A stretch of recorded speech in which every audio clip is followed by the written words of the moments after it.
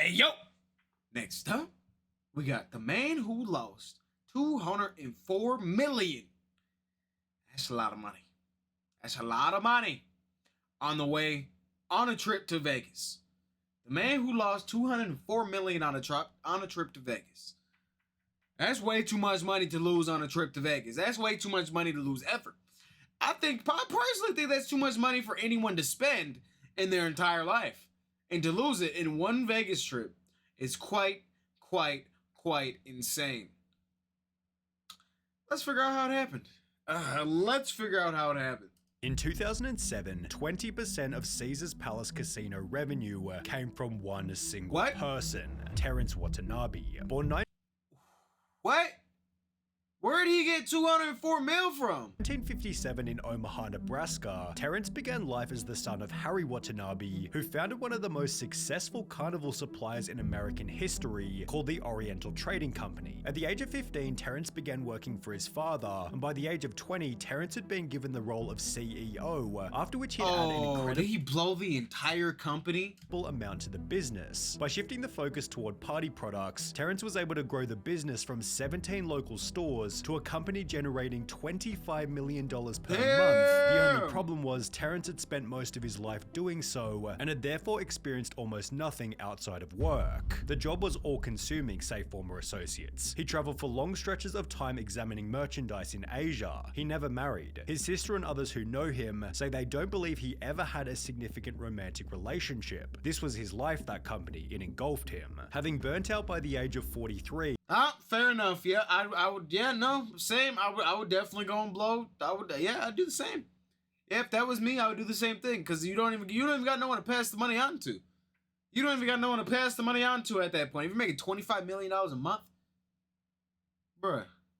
Let's go blow $200 million in Vegas. Terence put his share of the company up for sale, eventually selling for an undisclosed amount in October 2000, after which the goal was to have a charitable and fun retirement. Mr. Watanabe said his plan was to throw himself into his philanthropic work and have more fun. If it's not fun, it's not worth doing, Mr. Watanabe told his hometown newspaper, the Omaha World Herald, in 2000. He then created the Terry K. Watanabe Charitable Trust before donating millions to AIDS and cancer research, as well as various political causes. However, having worked all day every day for over 20 years in a complex business, Terence found little satisfaction in this new line of work. Donations from his foundation grew, but he soon became restless. Several business ideas, including opening a restaurant, went nowhere. He didn't know what to do with his time, says his sister, and as the old saying goes, an idle mind is the devil's playground. Yeah, especially at 43, like, you got a bit of time left. You gonna have to, if you don't got a passion,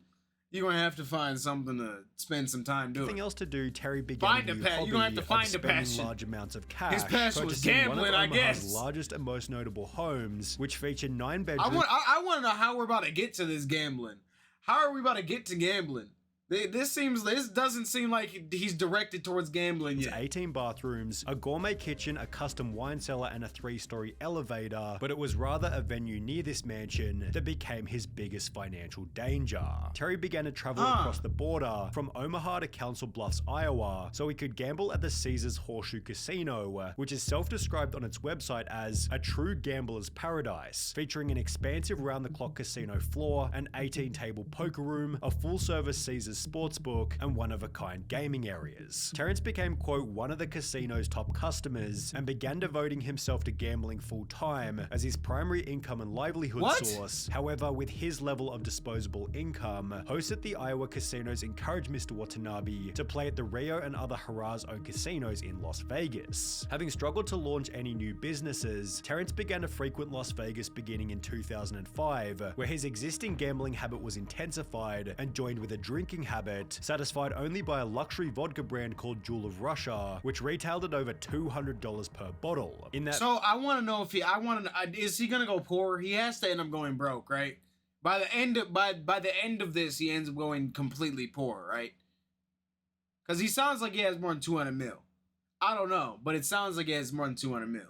That very same year, billionaire Steve Wynn opened the luxury Wynn Las Vegas, and by 2006, 1 year later, Terrence had spent so much money at the venue that the two arranged to meet. Remarkably, Steve concluded that Terrence was a quote compulsive gambler and alcoholic, leading Steve to ban Terry from the casino. However, given this was no fix for Terry's addiction, this simply became an opportunity for other venues in the area. Terry decided to take his money over to Caesar's Palace, where a marketing executive promised to give him substantially more advantageous arrangements than the Wynn with respect to player comps, rebates, and other incentives, after which the casino created specifically designed incentives to keep Terry gambling at their venue. He was given tickets to the roll.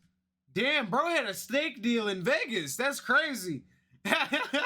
Bro had a steak deal in Vegas. Rolling Stones, $12,500 a month for airfare and $500,000 in credit at the gift stores. Harrah's also offered 15% cash back on table losses greater than $500,000, special high-limit games, and other incentives. Mr. Watanabe resided for free in a 3-bedroom suite at Caesars, had access to his favorite bartender, and was constantly surrounded by attendants to serve his every need, such as a 7-course meal from the casino's Bradley Ogden restaurant, delivered to him while he was gambling, with these attendants later telling legendary stories about his behavior while gambling. Al DeLeon and Christian Kunda, two of Mr. Watanabe's personal handlers at Caesars, say he had thousands of Tiffany gift boxes filled with $50 gift cards or $100 gift coins that he would hand out to bartenders, nightclub operators, security guards, and others. They say he once told us— I'm trying to be around him. What? I'm trying to be around him.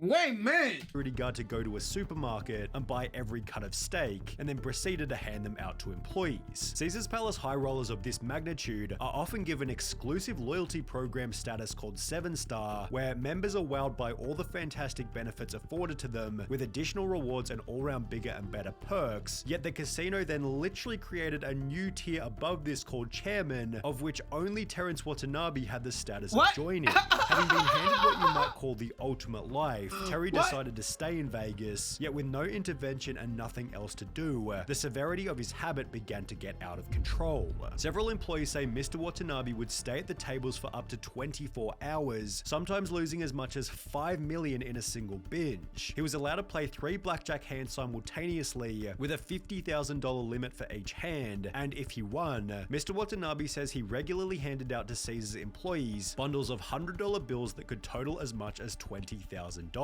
In the meantime, Terry was visited by a former casino host from his hometown who explained that Terry appeared disoriented and couldn't remember the conversations they'd had in the past. He'd add that Terry was often seen stumbling around the casino or falling asleep at tables placed right beside loud nightclub music, yet the most notable observation regarded the type of machines that Terry liked to play. According to one of his former assistants, Terrence rejected any skill-based casino game like poker and instead gravitated toward games with low odds, including roulette and slots. He was considered a house player because slots and roulette are house games. They have terrible odds for the player, and the way he played blackjack, he made it a house game. He made such bad decisions on the blackjack table, but it was only when his— So he was just a bad gambler in general.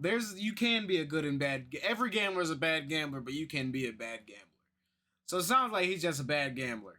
To be honest, he's the dude that's sitting at one slot or at the roulette table for 9 hours straight, just losing. And even if he's losing, he's just gonna keep playing. Bruh. Brother and sister came to visit for Thanksgiving 2007 that he'd talk about just how much these bad choices had cost him. In the 11 months since the beginning of the year, Terrence Watanabe had lost $127 million.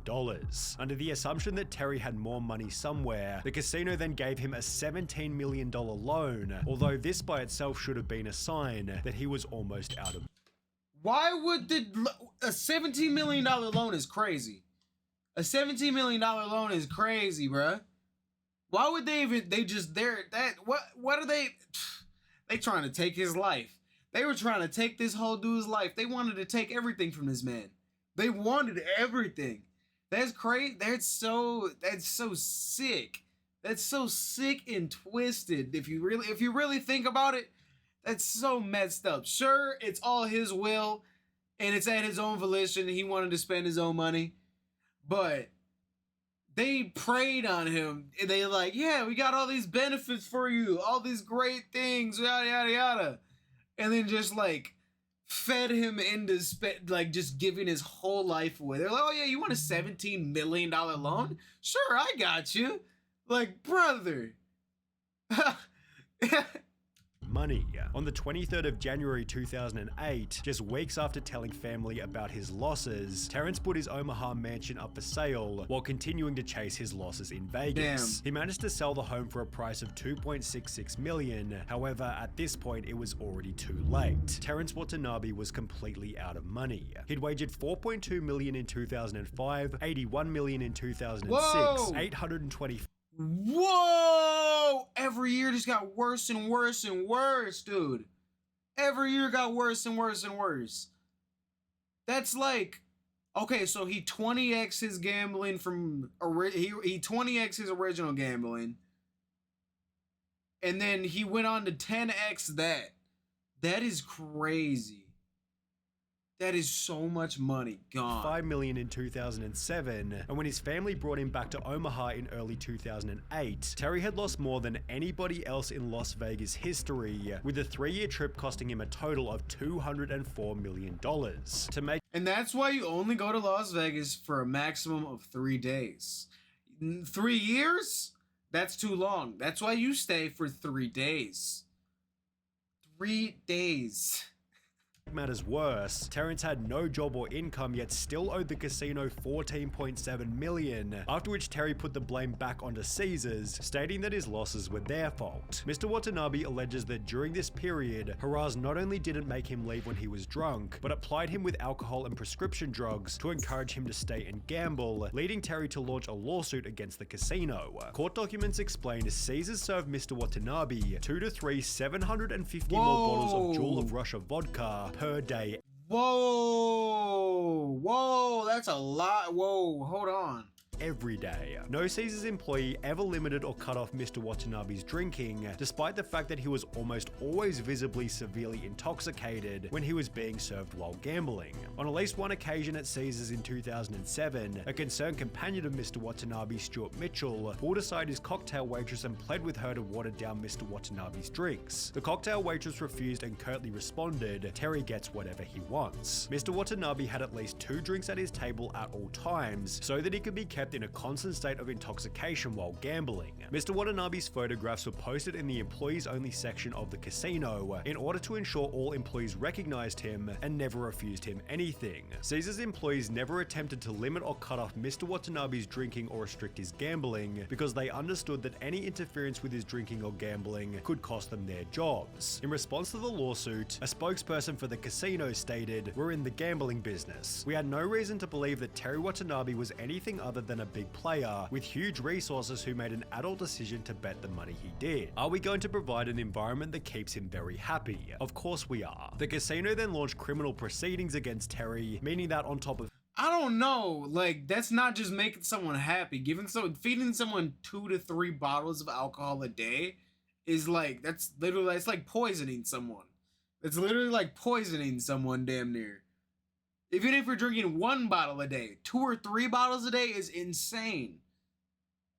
of everything, he was now facing up to 28 years in prison for the unpaid $14 million. An article was then published in the months that followed, announcing that both Terry and the casino had each dropped their lawsuits. However, Terry's life never recovered afterwards. My name is Terry Watanabe. I've been diagnosed with prostate cancer. On the 29th of July 2017, Damn. Terry announced that he had cancer, hoping to raise $100,000 on GoFundMe for treatment. I can't lie, it might have a correlation to do with drinking 2 to 3 bottles of liquor a day for 3 years. I don't know. It might have something to do with that. And living inside of the fucking casino. I don't know. I just feel like there's a correlation. With a description There's gotta be a reading, "I've correlation. accepted my situation and do not There's gotta pity be a link. myself. But my hope is that you'll find it in your heart There's to gotta forgive be me a for link. my past and help me live long enough to help others in the future." Attached was a video talking about how bad There's things have got to become. be a I link. unfortunately don't have the funds to survive. I'm almost homeless. I have no medical insurance. Although despite this, he was unable to reach his goal, yet still managing to raise an impressive $28,000. In January Damn. 2020, Terry joined Damn. Twitter before stating, "Today I try to live a good life and be a good man. Despite my past flaws and mistakes, I've always sought to do good and help people." Bro used to have hundreds of millions of dollars. And now he's homeless because of Las Vegas. That is crazy. That is so crazy, bruh. That's... I hope I can still have a positive impact Don't on those gamble. in the future by Don't sharing my gamble. story, both highs and lows, funny Don't and sad gamble. moments, showing that Terry, quite impressively, now took full responsibility for his own mistakes. Yeah, it's like they were his, but like for them to give him all of that, that just seems so predatory that it should be illegal. With all of the regulations that there are in America, that seems like it should be illegal. I don't know, but that feels messed up to me. That makes me sick. That makes me disgusted. Let me know what y'all think about it. Let me know what y'all think about that one. I'm on academy. Yeah, I'm on academy.